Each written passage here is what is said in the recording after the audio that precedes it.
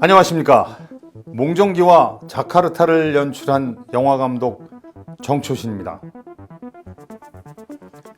저는 충암고등학교 선배인 윤석열 후보를 동문들과 함께 응원합니다. 정직한 윤석열이 정권교체의 답입니다. 레디, 액션! 이 프로그램은 윤충모가 제작 협조합니다. 네, 시청자 여러분 안녕하십니까. 실물 정치도 해보시고 그 다음에 이 이론으로도 여러 가지 이론과 실제가 무장되신 우리 박태호 정치학 박사님을 모시고 또 요즘의 정치 형국에 대해서 한번 얘기를 나눠보도록 하겠습니다. 안녕하십니까. 반갑습니다. 예, 네. 지난 시간에 또 네네. 좋은 말씀 해주셨는데 지난 시간에 대선 후보 단일화 네네. 이게 급선무다 네네. 이렇게 얘기하셨는데 네. 오늘은 조금 창을 높여서 왜 보수가 이 정권 교체를 해야 되는지 이 부분에 대해서 좀 한번 그 이론적으로 한번 정리를 해주시고 그렇습니다. 실제적으로 좀 정리를 해주셨으면 감사하겠습니다. 예. 왜냐하면 우리가 지금 한 가지만 보더라도 예. 뭐 경제 문제, 민생 문제 떠나서 안보 문제를 보더라도 지금 뭐 북한 핵 문제가 지금 좌파 정권, 김대중, 노무현, 문재인 정권 참 어떻게 다뤄왔어요. 돈 갖다 주고 북한 핵이 일리가 있다. 북한 핵 개발 안 한다. 또 문재인 정부 들어서는 북한 핵 문제를 진지하게 해결하기보다는 북한 정부 눈치 보는 이런 상태에서 지금 적게는 60개에서 많게는 100배까지 보는 완전히 북한 핵의 포로가 되어 있잖아요. 대한민국이. 예. 대한민국이 분단 국가를 사는 국민으로서 안보가 무너지면 뭐 경제가 무슨 필요가 있어요. 그렇습니다. 그래서 자유우파 정권이 들어와서 이거 지금 잘못된 걸 과감하게 수정하고 예. 저 세계에서 가장 잔인한 독재 정권, 인권 유린 정권 2,500만, 2,300만부터 500만으로 보는데 저 북한 주민들을 해방하는 그러면 자유통일을 이루는 정치 세력이 이 시점에서 증대하지 않으면은 지금 거꾸로 말이죠. 대한민국이 이상한 사회주의 전체주의 세력에 의해 가지고 좌익혁명을 꿈꾸는 주사파 일당 플러스 이제 뭐 이재명 씨는 내가 보기에는 뭐 문재인 씨보다 조금 더 나갈 것 같은 생각이 드는데 우리 정치학자들이 사회과학자들이 유사 전체주의자고 정의한 지가 벌써 1년이 넘었어요. 그럼 다음 정권 들어오면 이제 전체주의로 간다는 거 아니에요? 우리 국민들은 못 느끼겠습니다만은 이런 나라를 방치해가지고 우리 미래가 어디 있고 대한민국 헌법이 껍데기지 지금 지켜지는 게 있나요?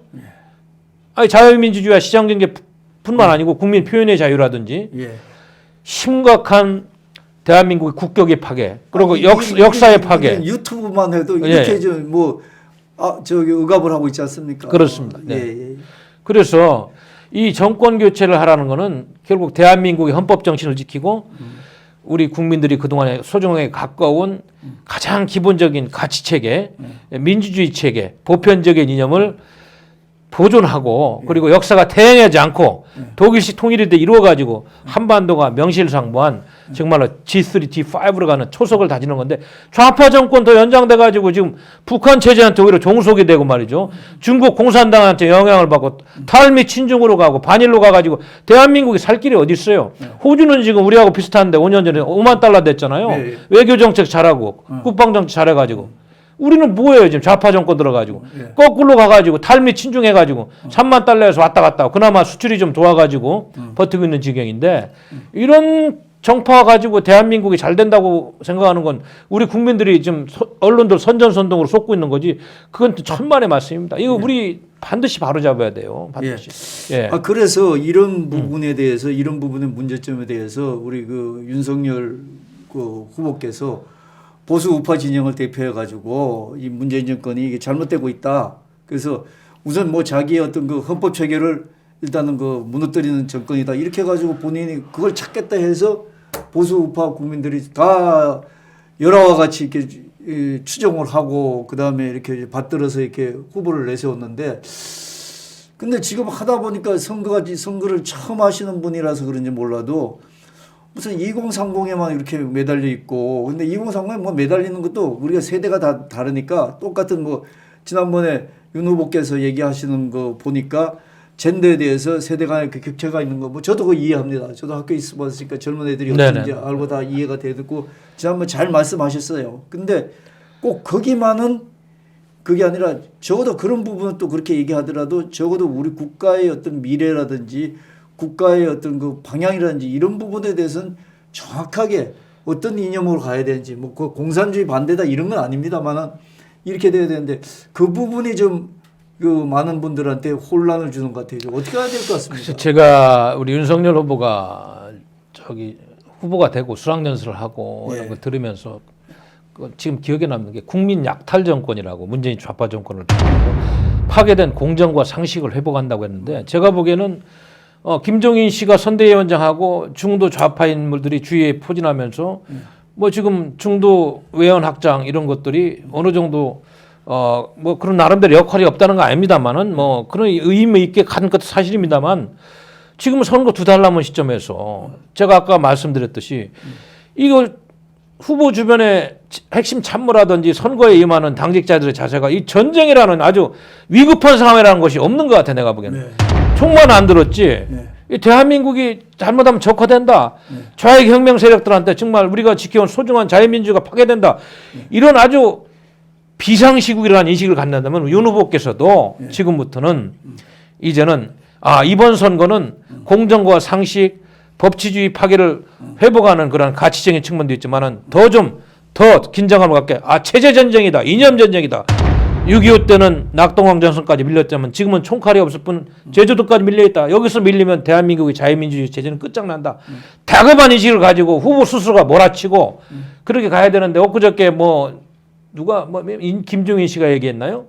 아니 대구 경북 가가지고 좀 나는 제대로 이제 좀 나오나 했더니 그거 했다고 뭐 말이 뭐 너무 강하고 말이야 선명하고 나 그런 선대를 가지고 선거를 어떻게 치르나 했는데 다행히 김종인 씨가 물러나가지고 다행이라는 생각이 드는데 아무튼 후보께서는 앞으로 좀 더 이 전체 조직을 긴장감을 가지고 속된 이야기로 야전 침대 깔고 워커 신고 하는 이런 정도의 그런 긴장감을 가지고 의병이라고 생각하고 임진왜란때 의병처럼 생각하고 선거를 치러야 되지 그런 긴장의식이 없으면 이 치밀한 좌파 그리고 이 지금 보세요 기울어진 운동장에서 선거가 진행되는 이 현실 이거 말이 그렇지 뭐 국가 예산 607조에다 30조 추경 예산 이게 다 뭡니까?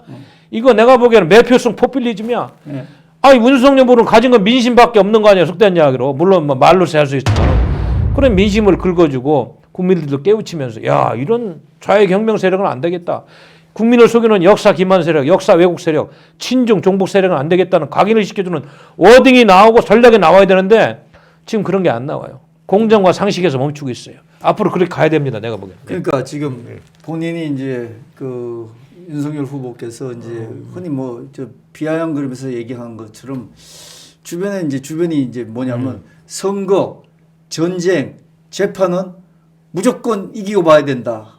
이런 것 때문에 그 뭐를 해가지고 이겨야 되냐. 그 방법론적인 부분에 대해서는 뭐 거론을 하지 않다 보니까 무조건 윤석열 후보가 갖고 계신 의리, 뚝심, 고집 그거 안 좋아. 뭐 이것만 얘기를 하니까 이거 의리, 뚝심, 고집 이것만 생각하면 완전 전두환 대통령하고 오바라뜨거든요. 그래서 제가 생각할 때는 이 2030 세대나 국민들한테 겸손하면서 감동을 줘야 되고 그 다음에 소통이 돼야 되는 부분이 뭐냐면은 국가가 가야 될 방향에 대해서 분명하게 얘기를 하는 거예요. 그것이 승리하는 길입니다. 예, 저는 그렇게 생각하는데 그 부분에 대해서는 우리가 그 선거 주변에 있는 사람들도 얘기를 해주고 우리 국민들이 원하는 게 그거 아닐까요? 바로 젊은 사람들 그거 아닐까? 홍준표 의원 예를 봐가지고 홍준표 의원은 그 젊은 사람들한테 인기가 있다는 게 뭐 나름대로 그 겸손하고 그 다음에 젊은 사람 얘기를 들어주고 그 다음에 또 그 젊은 사람 얘기가 맞다 그러면서도 또 이 사람이 소통을 하는 거는 분명하게 국가가 가야 될 일, 또 그 사안에서 분명한 의견을 낸다는 거예요.